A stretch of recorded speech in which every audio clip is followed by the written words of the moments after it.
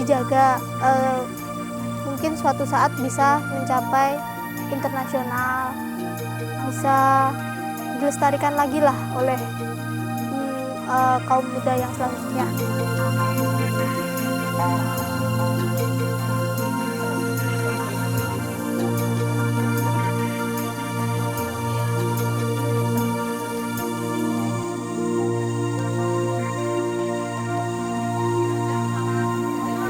Menurut saya bisa hilang karena ada kan beberapa anak muda yang malas, soalnya kan batik juga ribet, susah juga. Menurut saya juga bakalan hilang kalau nggak dilestarikan.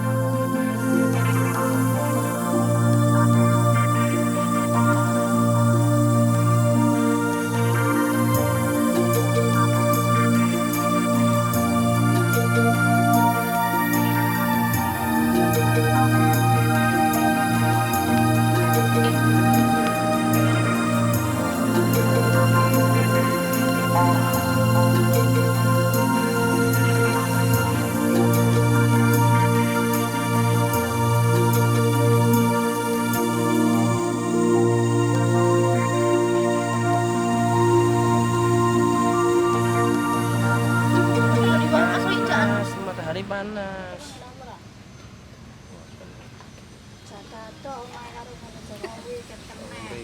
Kene kecipratan. Cipratan sumu peto. Ini anu apa anak kamera apa tuh anu sore ya? Sore, tak cilik-cilik kok. Tekan balik apa? Beca Jawa. Dari lahir tangan sebelah kanan tidak ada, yang hanya ada tangan sebelah kiri. Ini yang sebelah kiri bisa untuk minum, bisa untuk nyapu dan macam-macam. Kalau yang lainnya dari ke bawah gitu normal. Wah, Coret ke seno, iki lo masih. Intinya saya meskipun punya keterbatasan, saya bisa melakukan pekerjaan rumah sendiri walaupun tidak dibantu.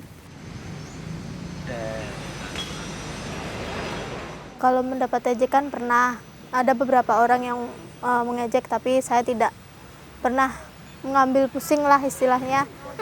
Karena saya harus nunjukin kalau meskipun saya mempunyai kekurangan, pasti juga ada kelebihan.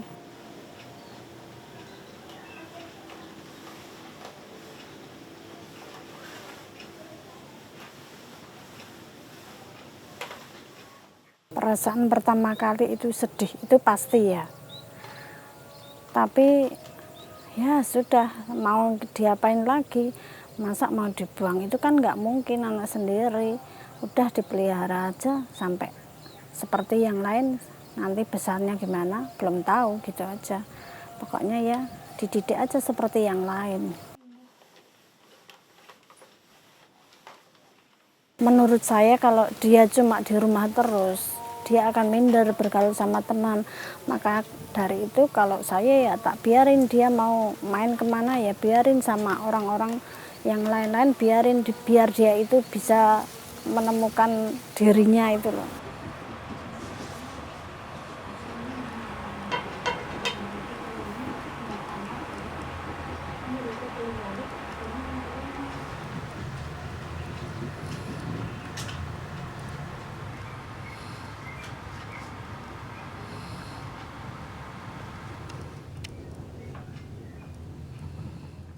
Kalau sulit sih tidak ada ya Mbak, lebih lama, soalnya kan kalau kena panas pernah sih ketetesan lilinnya, jadi pernah berhenti dulu soalnya kan ketetesan, nunggu agak dingin dulu.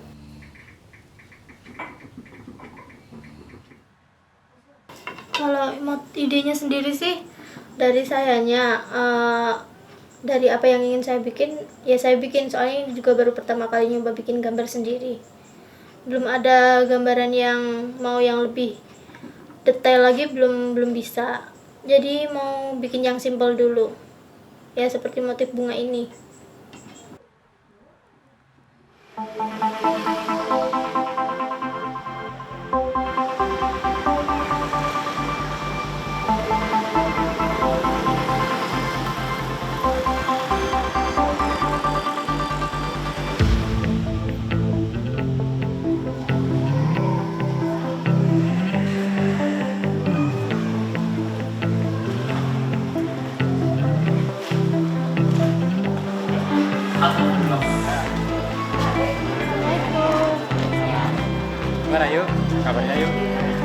Dari mana? Dari rumah? Dari rumah.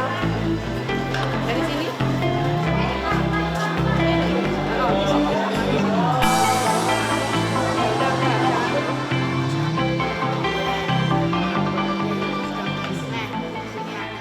Kalau dari sekolah dulu memang dari TK di situ sampai lulus SMP.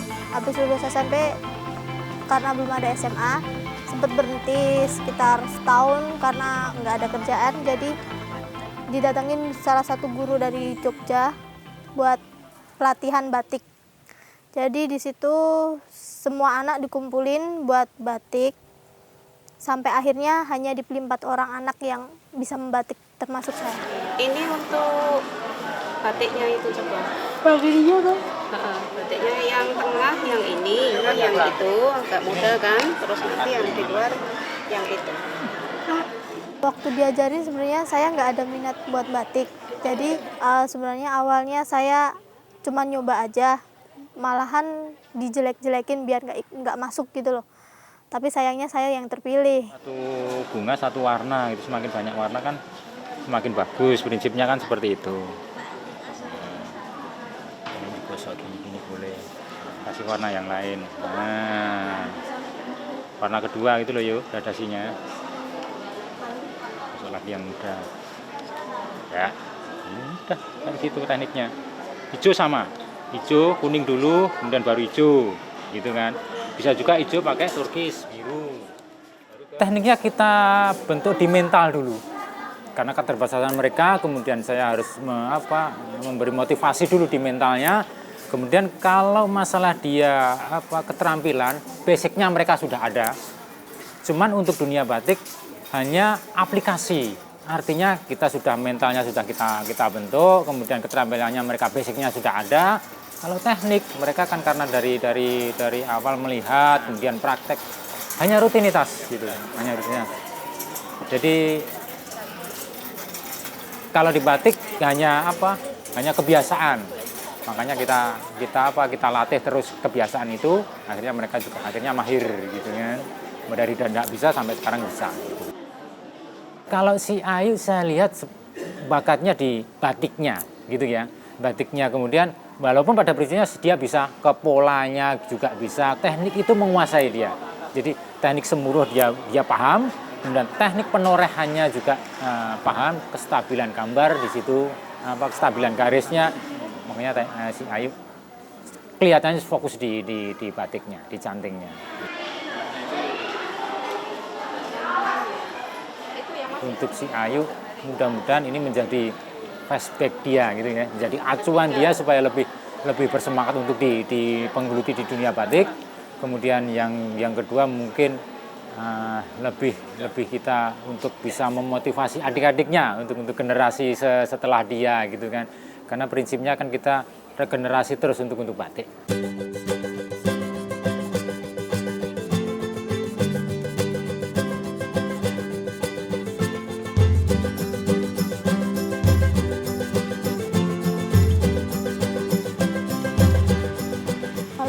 Keterbatasan kalau saya lebih enak itu berusaha sendiri, jangan tergantung sama orang.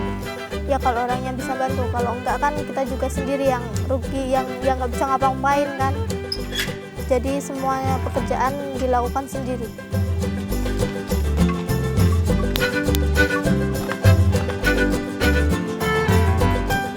Assalamualaikum Mas. Mau kembaliin batik.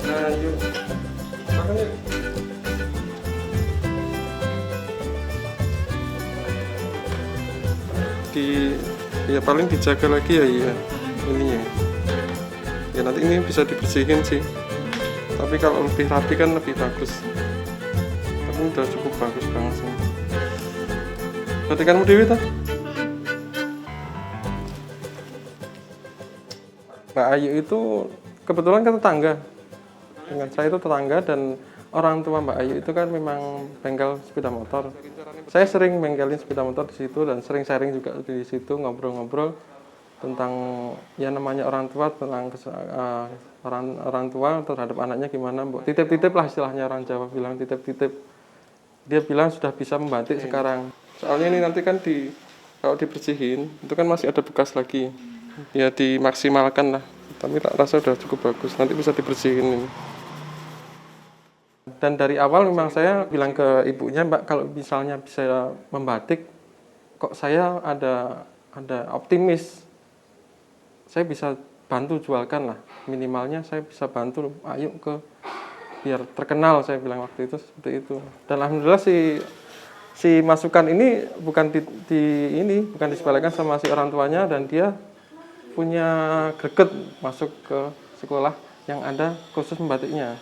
Makanya terus di sekolah kan di YPAC, di situ ada sekolah, ada belajar kurikulumnya membatik. Ini ada bekas tetesan yang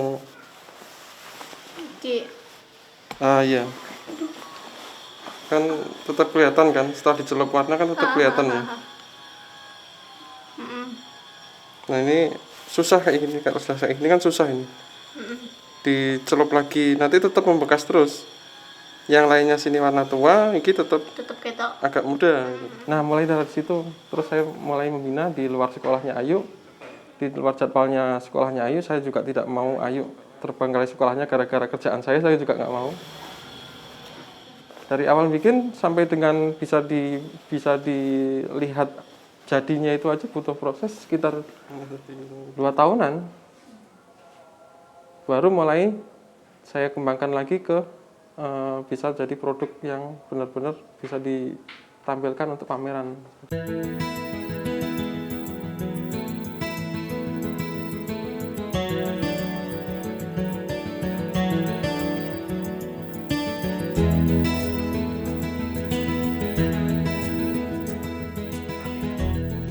Awal ketika saya membawa Ayu untuk saya kasih kerjaan, wah itu sudah saya dianggap orang gila waktu itu. Karena apa? Udahlah bikin, ya terutama dari rekan-rekan kerja saya juga.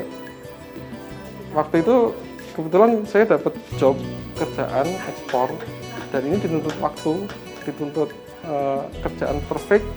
Di satu sisi saya lagi membina Ayu. Waktu itu kalau saya alami, wah luar biasa kan. Istilahnya, saya sendiri sempat goncang juga. Iya betul juga, ini kerjaan di depan saya. Kalau saya misalnya diklaim itu bisa-bisa rumah saya aja terjual gitu, istilahnya seperti itu. Itu sempat buat saya down juga waktu itu. Sempat saya alihkan, terus mulai saya atur waktu lah untuk gimana saya harus menghadapi kerjaan yang berjalan dan gimana ini Ayu ini bisa berjalan. Akhirnya saya coba lagi belajar, bagi waktu gitu. Dan alhamdulillah setelah mulai proses yang sekian panjang, Ayu sudah mulai dikenal. Itu yang istilahnya kesenangan sendiri bagi saya.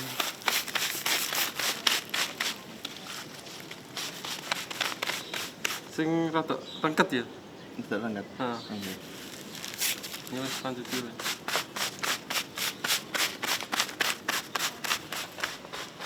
Deret rada ini nyupan wae. Ya kalau bicara secara manusiawi, namanya orang ini ya, ada juga dia nggak 100% semangat terus tuh, nggak. Itu perlu proses yang panjang. Awalnya istilahnya kayak bilang, enggak mas, males mas, mau itu bikin batik itu kan juga lama. Saya sendiri ngalami bikin batik satu pakai tangan aja susah, apalagi ya kan gitu. Nah itu peran besarnya orang-orang di sampingnya Ayu itu yang nggak bisa dilepaskan. Gimana kita mensupport terus sampai dengan, dan alhamdulillah dari respon sendiri setelah ikut pameran, setelah itu kan jadi menambah supportnya dia sendiri. Dan sampai kita berharapnya sampai dengan ada harapan bahwa Ayu, ya inilah jalan hidup yang bisa dipilih kan gitu.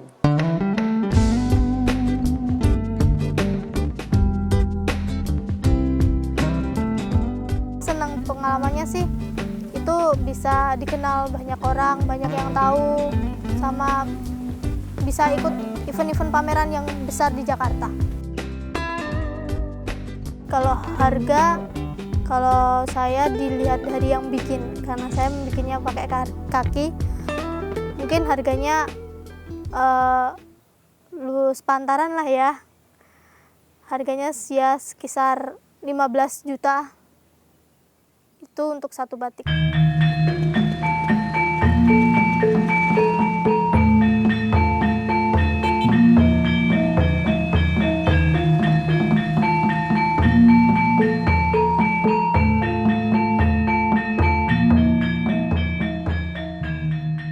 Batik Indonesia itu sebetulnya punya potensi yang luar biasa. Hanya saja yang perlu diangkat itu dari ininya sendiri ya. Justru dari pemerintahnya sendiri, tergantung dari pemerintah. Maju mundurnya usaha itu juga tergantung dari pemerintah sebetulnya. Kalau pemerintahnya itu punya greget untuk mengangkat ini loh karya Indonesia ke atas, saya yakin pasti batik Indonesia tetap bisa eksis kok di dunia internasional. Dunia internasional sudah ngakui kok. Sulit juga. Batik itu Indonesia banget kok, sulit diambil oleh dikup sama negara lain. Kan yang mengaku-ngaku punya batik, warisan batik kan di Asia ya, khususnya kayak Thailand, Malaysia. Mereka tuh ekspor dari sini, impor dari sini. Apalagi kalau di Indonesia itu kelasnya bukan hanya batik tulis tangan, udah kelasnya udah batik tulis kaki tekniknya kan. Coba aja mereka suruh bikin, sulit saya rasa. Sing nutup mriki. Sing nutup ya Bu Parti kuwi kabeh. Mboten nek sing niki kan Mbak Parti. Sing lemah niki. Mbak Parti sing lemah Mbak Parti kabeh. Ini kan sing ditutup sing suratane Ayu tok ditutup. Ini kan mungkin modalnya putih. Jadi membatik itu prosesnya panjang sekali. Dari mulai pertama itu namanya dipola, dibikin pola atau istilahnya digambar. Dari pola terus dibatik awal itu Ayu salah satu tugasnya di situ bikin pola awal, dan pola awal itulah yang menentukan dominasi khas dari si batik ini sendiri. Denok sing ngakarir. Anu mriko nih. Seperti ini. Sing pendet tinggi pari-pari niki. Tadi prosesnya itu kan dari panjang tadi. Di sini proses dari Mbak Ayu, pewarnaan di sini, dari pewarnaan terus kembali dibatik lagi. Lah kembali dibatik lagi itu kalau pembatiknya itu kembali ke Ayu lagi, nanti prosesnya jadi Ayu nggak jadi, toh itu bukan istilahnya bukan ini, cuma bironi itu menutup warna setelah diwarna. Jadi setelah diwarna kan biar nggak masuk ke timpa warna yang lain, ditutup lilin lagi. Nah itu tugasnya di ibu-ibu nih Bekonang itu. Kita minta tolong mereka untuk menutup yang setelah diwarna ini, agar ditimpa warna yang lain nggak kemasukan warna yang lain gitu. Anu jenenge napa niku? Pari. Ngeten niki macam. Iki cecek pados anu disaken niki mungkin ditembok. Nggih. Ditembok niku kan dilakari ngeten riye. Mungkin ngeten diblok. sangat manusiawi sekali. Memang kondisinya seperti itu di dunia batik sendiri, khususnya batik tulis itu. Regenerasinya ini memang masih minus, dalam artian belum pesat gitu perkembangannya antara generasi yang tua ini dengan generasi yang ini masih ada mislink gitu, kosong. Memang itu yang sangat kita prihatinkan, dan itu harusnya menjadi pelajaran juga bagi pengusaha-pengusaha yang lain.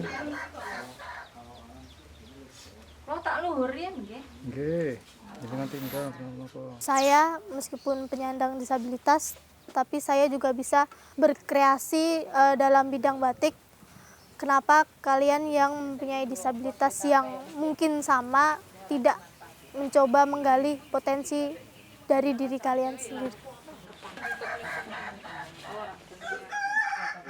Nggak pernah malu, malah saya ingin belajar dari yang sepuh-sepuh. Seperti itu cara mengisi titik-titik ataupun segala macam, saya malah ingin belajar dari yang sudah berpengalaman.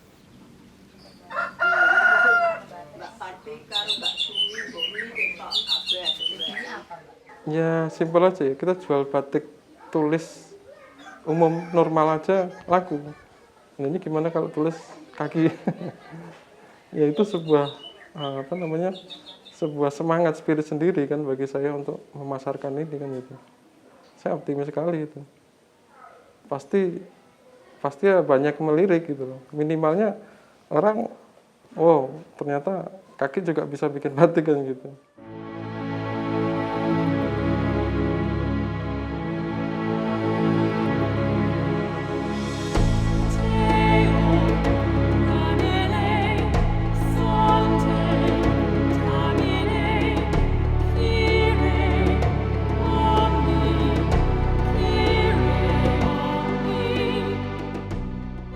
ya mudah-mudahan Ayu bisa lebih dikenal khususnya di mancanegara. Saya harapkannya seperti itu. Karena apa? Ayu ini bisa menjadi ikon batik untuk Indonesia sendiri. Ya seperti yang saya ungkapkan tadi, batik Indonesia itu tidak hanya dibikin oleh tangan, tapi kaki juga bisa. Ini loh buktinya ada. Nah itu mudah-mudahan bisa go internasional. Minimalnya menjadi ikon. Nah nanti dari situ kan bisa memotivasi yang lain agar juga tumbuh, difabel yang lain bisa terlibat juga dengan batikan itu.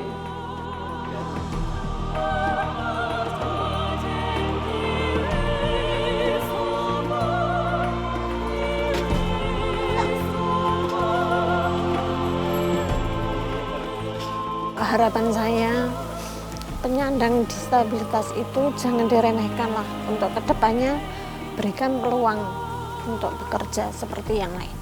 Karena sebenarnya dia juga bisa berprestasi. Bukan hanya anak saya, kalau bisa itu semuanya bisa.